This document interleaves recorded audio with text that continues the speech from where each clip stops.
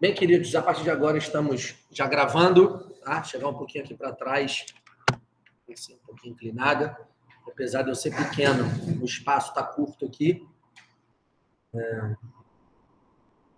Nós vamos dar sequência à aula passada, que foi ministrada pelo professor Neto, continuando a teologia da criação e agora os mandatos que Deus deu. Deus criou o mundo, tudo que nele há, e criou também o homem e a mulher. Sabendo Deus que o homem seria incapaz, por si só, de cumprir a vontade de Deus, ele deu ordens claras, por meio da sua palavra, para que o homem cumprisse. No relacionamento do homem com Deus, do homem com a sua família, com a sua mulher, com seus possíveis filhos, e do homem com a natureza. Por quê? Porque ele sabia que o homem cairia. E ele precisava deixar as ordens claras a serem cumpridas, mesmo depois da queda. E se a gente for bem honesto intelectualmente, a gente vai reparar que todos nós desobedecemos a todos os mandatos. Na verdade, a gente só consegue cumprir os mandatos quando impelido pelo Espírito Santo. Então, antes da conversão, é difícil, ou, até uma palavra melhor, é impossível cumprir os mandatos de Deus. Porque esses mandatos não são cumpridos na nossa força, na força da nossa carne. Eles são cumpridos na força do Espírito Santo. A gente estuda a palavra não para dizer que sabe mais que os outros, mas para conhecer a vontade de Deus com o objetivo de praticá-la. Tá? Eu peguei um resumo aqui. Isso é um ponto muito importante na sociedade que a gente vive hoje. Muitas vezes, a gente ouve, sobretudo nas igrejas que têm mais proeminência, que estar cheio do Espírito Santo é rodopiar, é gritar, é pular, é falar em línguas. E estar cheio do Espírito Santo não é esse tipo de manifestação dentro da igreja. Estar cheio do Espírito Santo é ter uma vida piedosa também na igreja, mas sobretudo no mundo. Quando o cristão está cheio do Espírito Santo, ele consegue testemunhar do amor de Deus e da sua justiça por onde quer que ele passar. Porque não adianta rodopiar, gritar, pular, dançar na igreja e no mundo ser um péssimo exemplo. Infelizmente, essa é a maioria. Estar cheio do Espírito Santo é ter a vida dominada por ele. É ter o próprio Espírito fortalecido pelo Espírito Santo e impelido a fazer a vontade de Deus. Deus sabe que nós somos tão fracos que, além de fazer o plano da salvação, ele ainda mandou o Espírito dele para nos convencer do pecado, da justiça e do juízo, para operar em nós a regeneração, para depois nos declarar justos, e mais ainda para morar dentro da gente, para nos dar força de cumprir a lei do Senhor. Porque se ele não morasse dentro da gente, a gente não conseguiria fazer a vontade de Deus. Ah, isso é conjectura. Não é. É só olhar para o ímpio. Ele consegue fazer a vontade de Deus? Quando ele imita a vontade de Deus, é motivado por algo. Querendo alguma coisa. Muitas vezes o ímpio está dentro da igreja também, tá? A gente não está aqui fazendo uma caça às bruxas. Muito pelo contrário. A gente precisa fazer o nosso autoexame e examinar os irmãos, porque quando você percebe que o irmão ainda não teve o novo nascimento, você vai continuar pregando para ele. E você vai continuar orando a Deus pedindo o novo nascimento para aquela vida. Sem ter garantia nenhuma. Porque quem foi escolhido desde antes da fundação do mundo. E não nos cabe saber quem é ou não, para que a gente não fique julgando para fins de condenação. O nosso papel é orar pelas pessoas e testemunhar o amor de Cristo. Afinal, qual é o fim principal do homem? Glorificar a Deus e se alegrar nele. Esse é o fim principal do homem. Então, a gente vai entender um pouco mais qual é a obra que o Espírito Santo faz na nossa vida. A obra que o Espírito Santo faz na nossa vida é nos tornar cada vez mais parecidos com Deus. Ele é o dínamo de Deus. né? Como o nosso pastor sempre ensina. Da mesma palavra que dá origem à dinamite, ele é a força, ele é a explosão que acontece dentro da gente para que a gente se submeta à vontade de Deus. De maneira racional, sim, mas lutando contra a gente mesmo. Porque o pecado habita em nós. Você não precisa ensinar uma criança a pecar. Você precisa ensiná-la a ser um bom ser humano. A pecar, ela já vai pecar sozinha. A mesma coisa com um cãozinho. Ah, você é muito mal comparando uma criança e um cão. No viés de olhar os dois como animais, são bem parecidos. É você quem ensina o limite que ele vai ter. Ah, eu não vou dar não para o meu filho porque eu tive muito não. Prepare-se para ter um filho preso ou morto. É assim que funciona. Tá vendo o problema de gravar? É que eu sou duro demais. Mas essa é a verdade. Não edita isso não, pastor. Deixa rolar. A gente professa a fé reformada. E a gente acredita na teologia do pacto. E Deus, quando desenha o pacto, ele desenha o pacto e também os mandatos que ele quer que a gente cumpra, que a gente obedeça. E os mandatos vão ser 3. Primeiro deles, a gente vai abordar agora de maneira rápida, a relação entre Deus e o ser humano, que também é chamado de mandato espiritual. Ele está em Gênesis 2, de 1 a 4.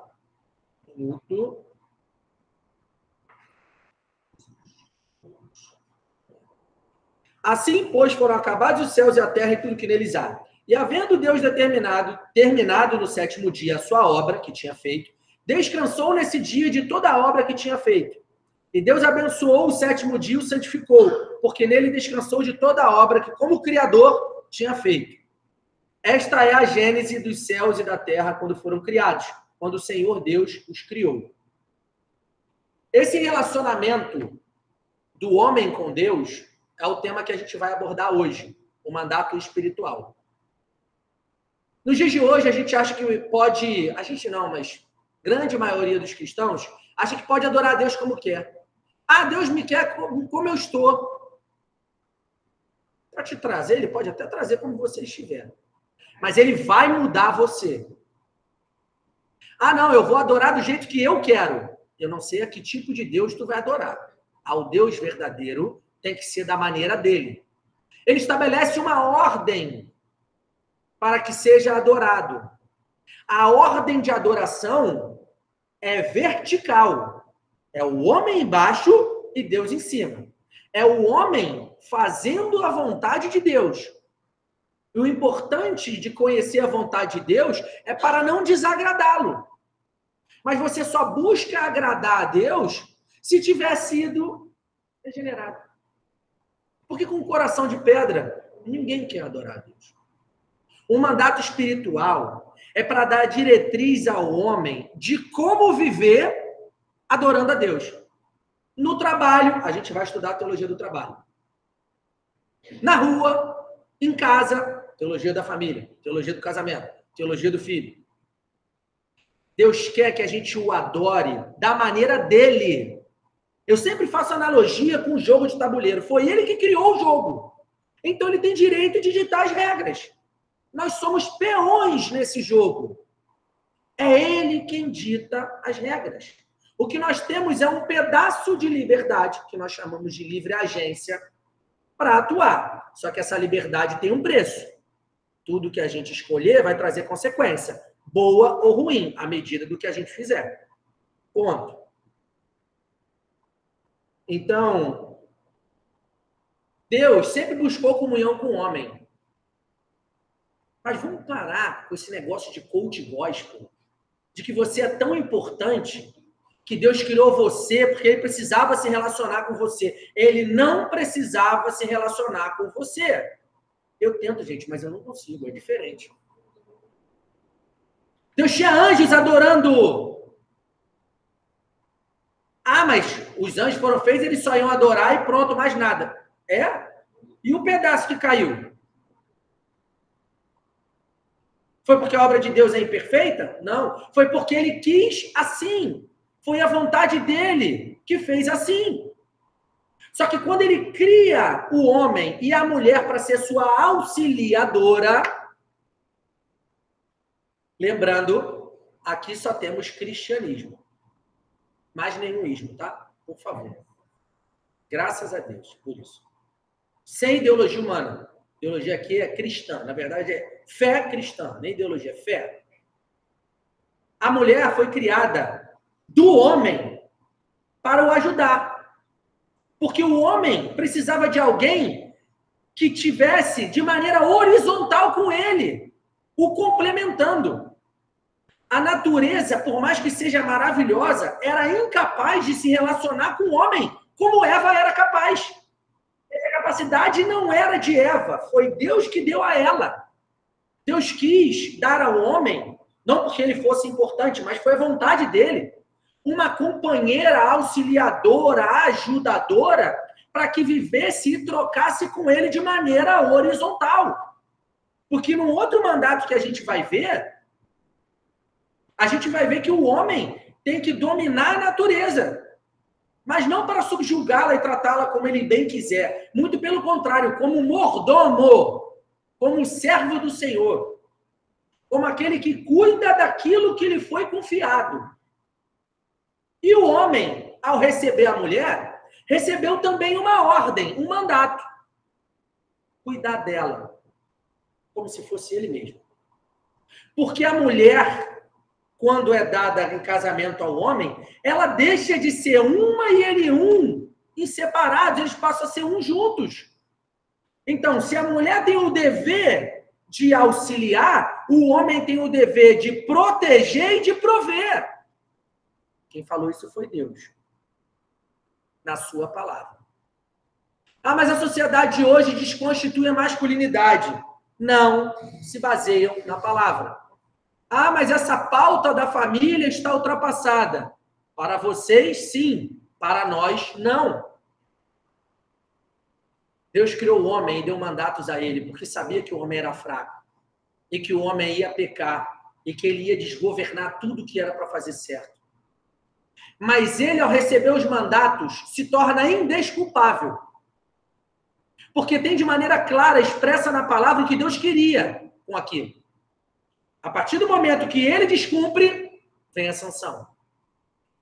Num resumo claro, a promessa de Deus é para a obediência. Se você obedecer, viverá. Se desobedecer, morrerá. Vocês concordam comigo que para eu desobedecer uma ordem, antes eu preciso ser incrédulo? A incredulidade traz como consequência a desobediência. Quando eu desobedeço uma ordem, eu deixo de crer que quem me deu a ordem tem poder para mandar em mim. Isso, gente, isso é raciocínio, isso é lógica, não tem como fugir disso. Quando o homem desobedece a ordem que foi dada por Deus de não comer do fruto da árvore que não era para comer, ele já tinha sido avisado que ele morreria. Só que essa morte não é só física, é também espiritual. E nós fomos contaminados por essa morte. Então a gente precisa também conhecer os mandatos de Deus. Foi assim que Deus quis fazer. E eu sempre digo, na diferença, né, na multiplicidade de maneiras de abordar o tema, a gente vê a riqueza. Você vê que o professor Neto ele vem com um esquema militarizado. Eu já gosto de discorrer fazendo raciocínio, venho aqui, volto lá. Essa riqueza não existe um melhor que o outro, não estamos aqui em pé de disputa, nós estamos nos complementando. Se todos fossem iguais a mim, o mundo seria muito chato, porque serão vários chatos unidos. Mas não se esqueçam, vocês também são chatos. Então, a chatice diferente de cada um é que faz essa beleza. A multiplicidade. A gente deve olhar o outro de maneira sadia. A característica do outro me complementa, não só me diferencia dele.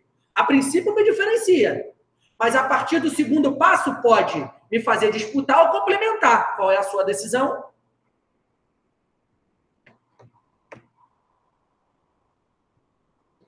Ele também deu uma ordem de relação com o ser humano. Mandato social. Ali eu trato com a mulher, com os filhos, com os irmãos da igreja, e a gente vai se debruçar num outro momento sobre isso. Então, Deus diz como o homem deve se relacionar com ele, mandato espiritual. Com os iguais, mandato social. E com a natureza.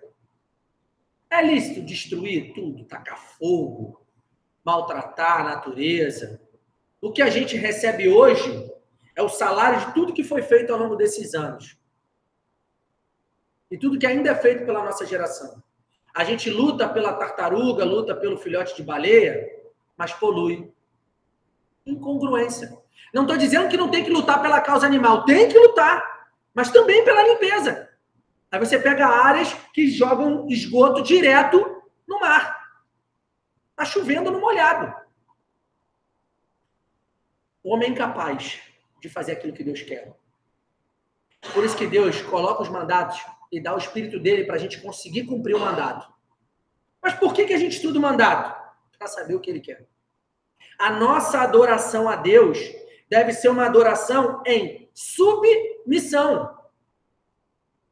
Quando o homem entende que ele é mera criatura e é transformado em filho, quando passa pela cruz do Calvário, quando é alcançado pela cruz do Calvário, ele passa a entender que ele deve obediência e submissão à vontade do Senhor. Ele precisa prestar culto a Deus da maneira correta, ordeira. Ah, mas isso ficou lá no Antigo Testamento. Vamos ver se ficou. Separado aqui em Efésios.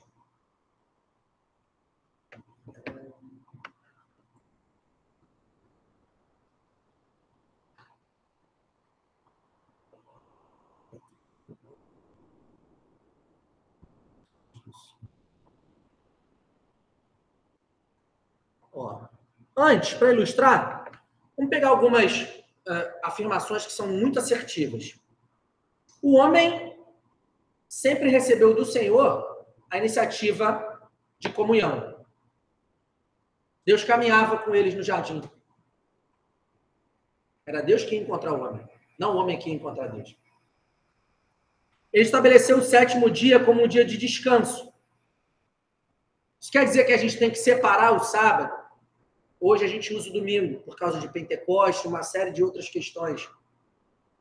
Mas quando a gente fala de separar um dia para o Senhor, é de parar a nossa rotina, parar o nosso trabalho, parar a nossa vida, para dar ao Senhor aquele dia. Ele nos deu 7, e a gente tem preguiça de dar 1 hora do domingo para Ele. Ah, eu não sou assim, mentiroso. Além disso, é mentiroso. É que é assim. A gente é egoísta, gente. Sério, aqui não tem coach. Não tem coach. Não estudei para isso. Honestidade intelectual. Tá? Por favor. Deus estabeleceu um dia para Ele, como o dia do descanso. É o dia que a gente vem à igreja, que a gente está com os irmãos, que a gente tira para estar com a nossa família. Ah, mas eu trabalho domingo, então tira o sábado. Eu trabalho no sábado e domingo, tira a segunda. Tira um dia da tua semana para dedicar ao Senhor. Para estar com a família, para meditar na palavra, para estar com os irmãos.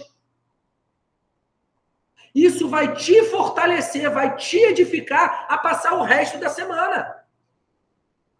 Mas a gente é tentado. Quem é que não gosta de fazer uma viagem de 30 dias? É lindo, todo mundo gosta. Vai dizer que não é mentira. Por mais que seja difícil. Mas a gente fica tentado a isso. Tem o dia que a gente precisa tirar para a gente com Deus. Isso não quer dizer que nos outros dias a gente não tem que praticar o que é preciso, as disciplinas espirituais. Mas existe um dia que a gente separa para o Senhor. Convencionalmente, a gente usa o domingo. Ponto. E Deus deu ordem que esse tempo devia ser separado para um relacionamento amoroso e de comunhão íntima com Ele. Não é assistir uma pregação de 30 minutos e depois ir tocar o barco, não. É ter comunhão com Ele. É aprender dele. Afinal, não é com Ele que você vai passar a eternidade? Ou não? A vida é maravilhosa. Ela é cheia de prazeres. Mas nenhum substitui a certeza da salvação. Porque se tivessem, os famosos milionários, bilionários não se matavam. Não teriam depressão. Quer dizer que o crente tem que fazer voto de pobreza? Não! A gente vai ver na teologia do trabalho e teologia do dinheiro que o crente pode estudar.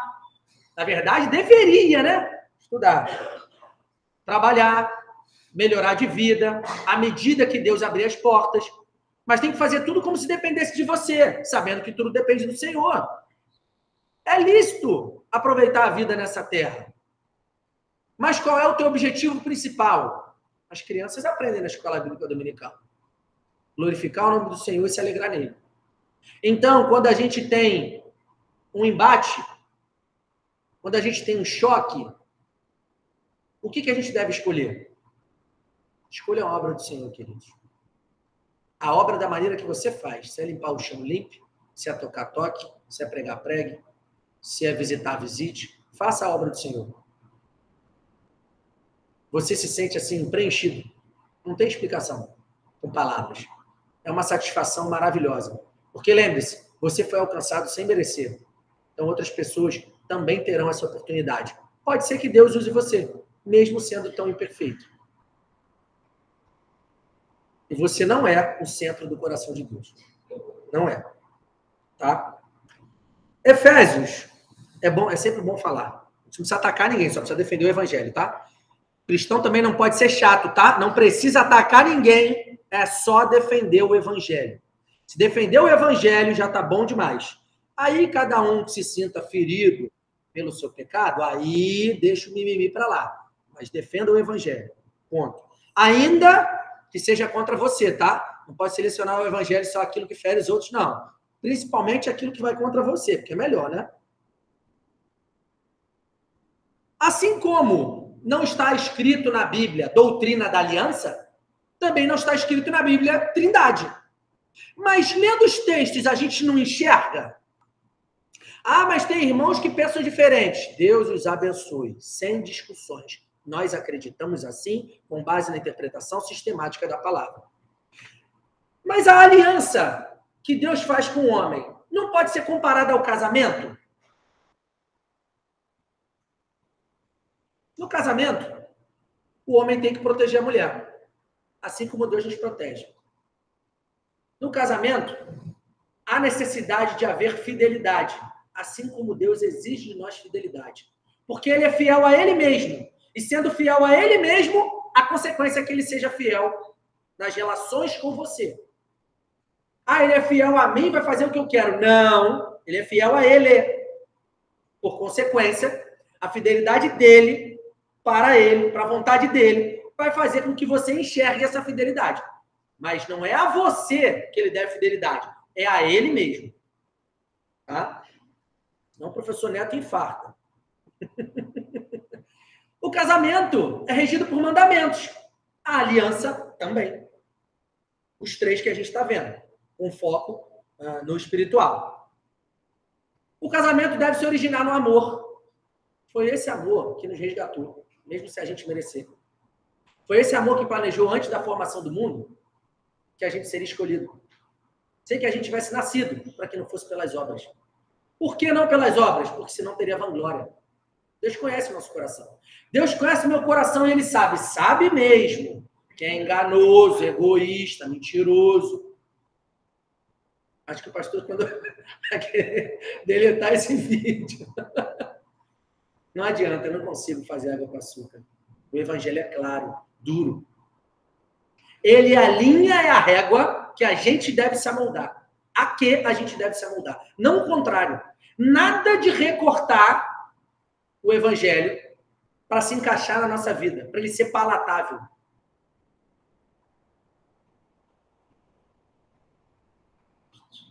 O relacionamento no casamento requer sacrifício. Isso te lembra alguma coisa? O que Deus fez por nós? Nosso filho, do filho dele.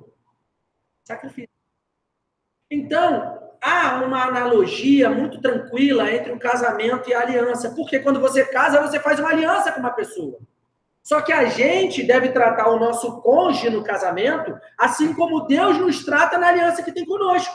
Mas a gente quer fazer isso? Quem aí quer perdoar todo dia? Ninguém quer. Quando faz da maneira correta, genuína, faz impelido pelo Espírito Santo.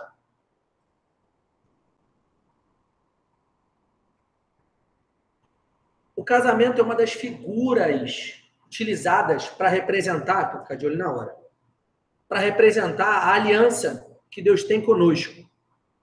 Vamos olhar Efésios 5,18 diz: e não se embriaguem com vinho, por isso leva à devassidão, mas deixem-se encher do Espírito, falando entre vocês com salmos, hinos e cânticos espirituais, cantando e louvando com o coração ao Senhor, dando sempre graças a Deus por tudo, a nosso Deus e Pai, em nome de nosso Senhor Jesus Cristo.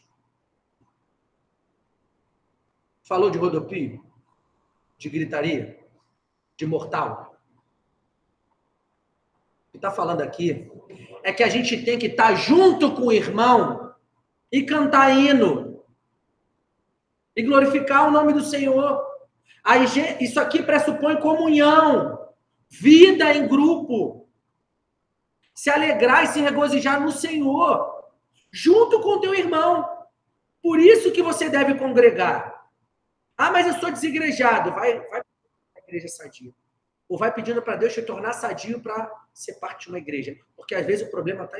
Na maioria das vezes, em todas as vezes o problema está em você. Em todas.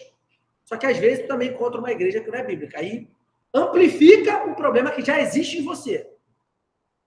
Se a igreja é ruim sem você, se você entrar, você torna pior. Concorda comigo ou não? Você vai levar mais pecado. Ah, mas essa igreja aqui é toda errada. É, mas se você entrar, vai ficar mais errada ainda. Então, peça a Deus para aumentar a sua fé e te tornar sadio para ser membro de uma igreja. Depois ele vai continuar no 21, ele vai falar sobre o terror dos dias atuais. O lar cristão, o marido e a mulher. Sujeitem-se uns aos outros no temor de Cristo. Esposa, que cada uma de vocês se sujeite ao seu próprio marido como ao Senhor. Porque o marido é o cabeça da esposa, como também Cristo é o cabeça da igreja, sendo ele próprio o salvador do corpo. Como, porém, a igreja está sujeita a Cristo, assim também a esposa se sujeite em tudo ao marido. Rasga! Pelo amor de Deus! É porque eu não leio. Maridos, que cada um de vocês ame a sua esposa, como Cristo amou a igreja e se entregou por ela. Deus pediu para a mulher se entregar pelo marido? Para morrer no lugar dele? Mas pediu para o homem morrer. Mulheres, vocês querem trocar de lugar com a gente? Se quiserem, eu estou livre. Pô, vou trocar de lugar. Os papéis são diferentes. O desempenhar das atitudes é diferente. Mas são complementares. Assim como a mulher se sujeita a um marido, claro, bíblico, cristão. Agora, não, meu marido não é bíblico. Casou antes de se converter? Menos pior. Casou depois? Sandy Júnior para você. Quem escolheu fui eu. Eu tenho que aceitar. Problema teu que casou em julgo desigual. Mas o texto de julgo desigual não é para casamento. Ok, se é para negócio civil, quem dirá para casamento? Cara, desonestidade intelectual aqui não tem vez. Não, eu posso casar sim porque o viver santo da esposa santifica o marido. Ok, está escrito na palavra, mas tu vai pagar preço. Quer tentar? Mas lembra, Sandy Júnior, tá? Sandy Júnior resumiu muito bem. Se tem uma coisa que eles ajudaram na Terra, foi esse pedaço dessa música. Quem escolheu fui eu tenho que aceitar. É maravilhoso. Porque depois você escolhe casar com alguém, você vai ter que bancar a consequência. O que Deus está falando aqui é, mulher, saiba tratar seu marido. Marido, saiba tratar sua mulher. Porque ele sabia que a gente faria errado. E o projeto dele, criando Eva, é para ser uma auxiliadora e alguém que complementasse Adão. Porque a natureza por si só não era capaz ou suficiente para complementar Adão como ele precisava. Era a necessidade que Adão tinha. Porque Deus criou de uma maneira que não pensou nisso? Não, porque ele pensou nisso e ele quis. Fazia parte do plano dele. A gente não pode esquecer que antes de qualquer coisa, Deus é. Não tem início, ele é. Por mais que seja confuso, ele é. E quando ele faz o mundo, ele já tinha ciência de tudo o que aconteceria. Porque ele sabia, ele age com a providência para fazer tudo da maneira que ele quer. E ele vem costurando tudo de maneira perfeita, não tem ponta solta. O problema é que a gente acha que o mundo gira em torno da gente. E não é assim. Não é assim. Tem gente que toma um tapa e aceita, não, vai, não, me rendi, tô rendido. Tem cara que não, ele tem que ir até o final. Apanha. Deus conhece o meu coração, conhece, ele sabe que é tão ruim que ele tem que bater, amassar, e depois de salvar, ele continua te amassando.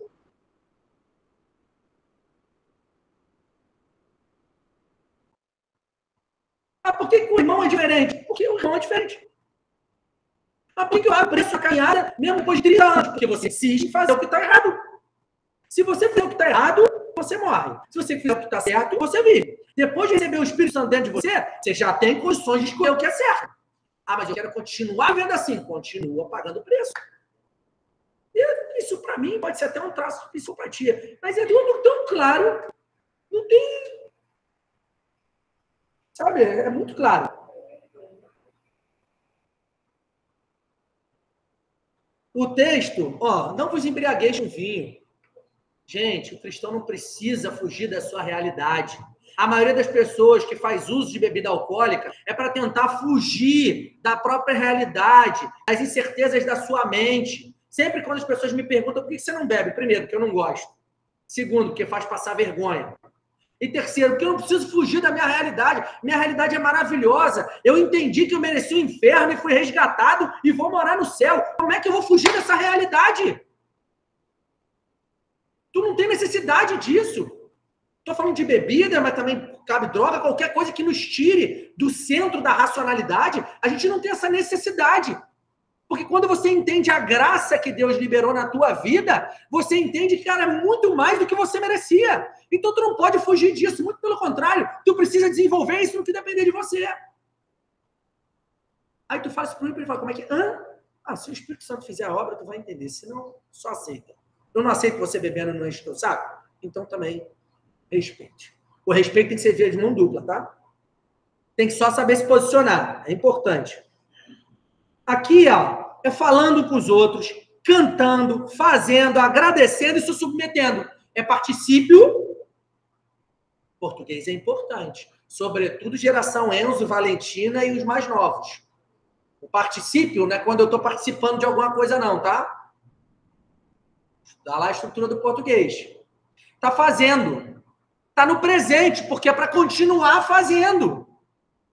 Aqui, ó, ele deu um... Eu falei, graças a Deus por ter sido educado.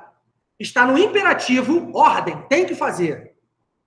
E está no presente, porque é para continuar a fazer. Só que está no passivo.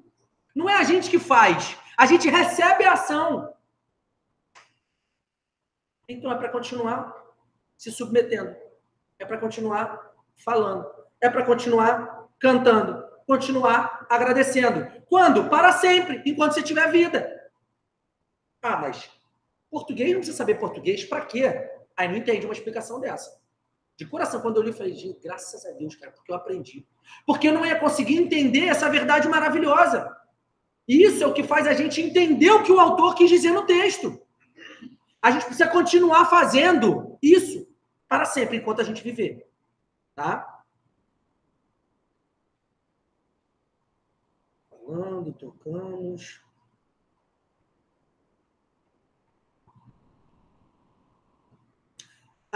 Três coisas que são importantes. O agradecimento deve ser feito de maneira regular e constante.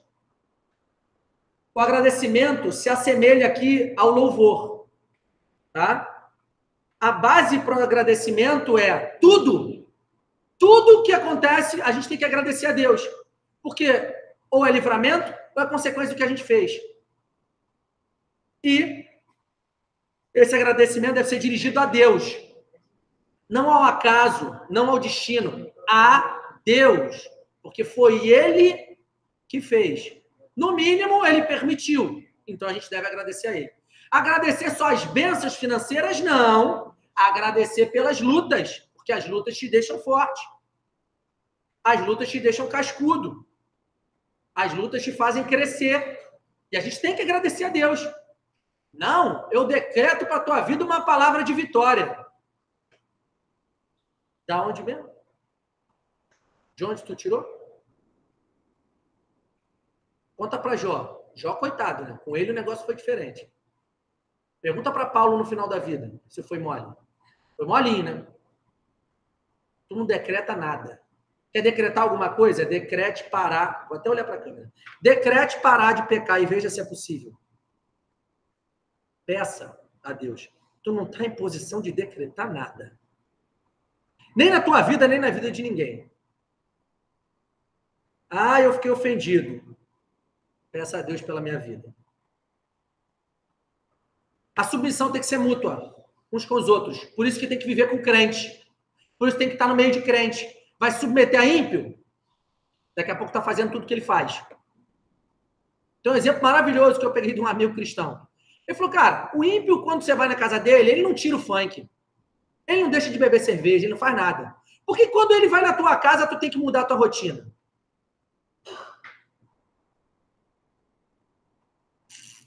A gente se dobra muito para os outros.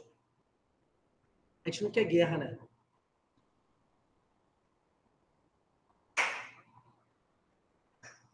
Aqui já é outro mandato. Para isso é uma aplicação. Vamos lá. Aplicação e conclusão, para terminar rápido. A gente entende que quando o cristão é cheio do Espírito Santo, ele, por consequência, não precisa pular, gritar, rodopiar e falar em línguas. Ele vai obedecer a palavra. Porque se ele fizer tudo isso e não obedecer a palavra, ele pode ser qualquer coisa, menos cristão. Eu não concordo. Mateus 7, 21 e seguinte. Vale. Se não teve oportunidade ainda, vai lá. Senhor, no teu nome eu curei, expulsei demônio, fiz isso, isso, isso. Aparta de mim, porque nunca te conheci. Vós que praticais a iniquidade, ou que viveis na maldade. E aí? Estar cheio do Espírito Santo é o marido amar de maneira sacrificial a esposa se submeter ao marido naquilo que se coadunar com a palavra de Deus, é criar bem os filhos obedecerem a seus pais de maneira decidida e absoluta, sobretudo naquilo que, né, que for da vontade de Deus, porque a gente sabe que existem pais que fazem coisas que não agradam a Deus. Os pais precisam ser exemplos para os seus filhos. Então, estar cheio do Espírito Santo, como consequência prática, vai te fazer ter boas obras. Que são consequências da conversão que já aconteceu. Se é que ela tiver acontecido. Porque senão, vai ser impossível. A plenitude do Espírito Santo, para concluir, ela ocorre através da obediência aos mandatos da criação.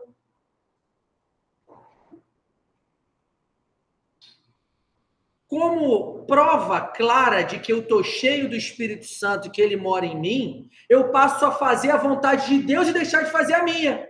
Eu passo a ficar mais parecido com Cristo e deixo de ficar parecido comigo. Isso é consequência prática de alguém que nasceu de novo.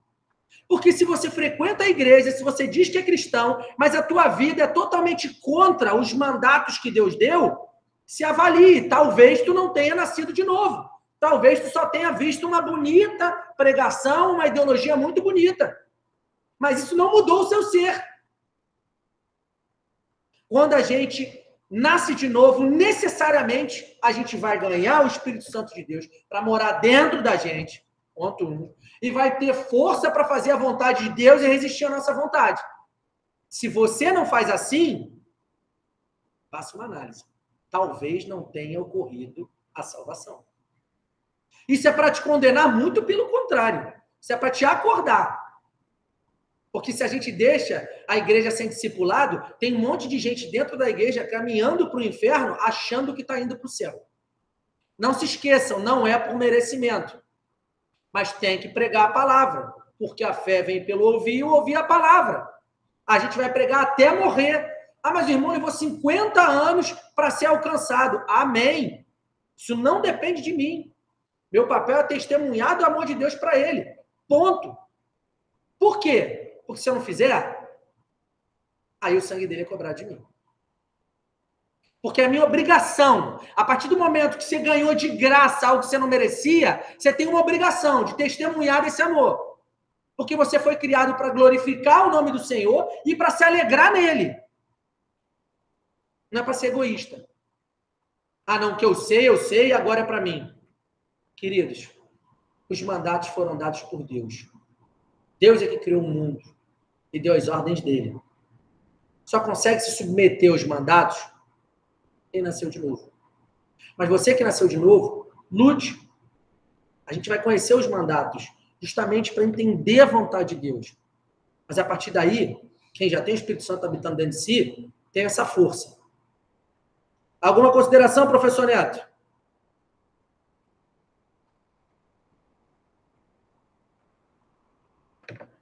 Deve ter saído lá.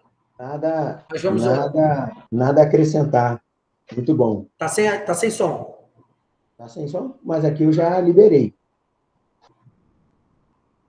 Ah, tá. É porque deve sair lá na ligação. Eu que não consigo te ouvir aqui, porque eu tô com o microfone aqui, ele sai para mim. Tudo ok. Show de bola. Vamos orar? Eu vou só encerrar aqui a gravação para a gente orar.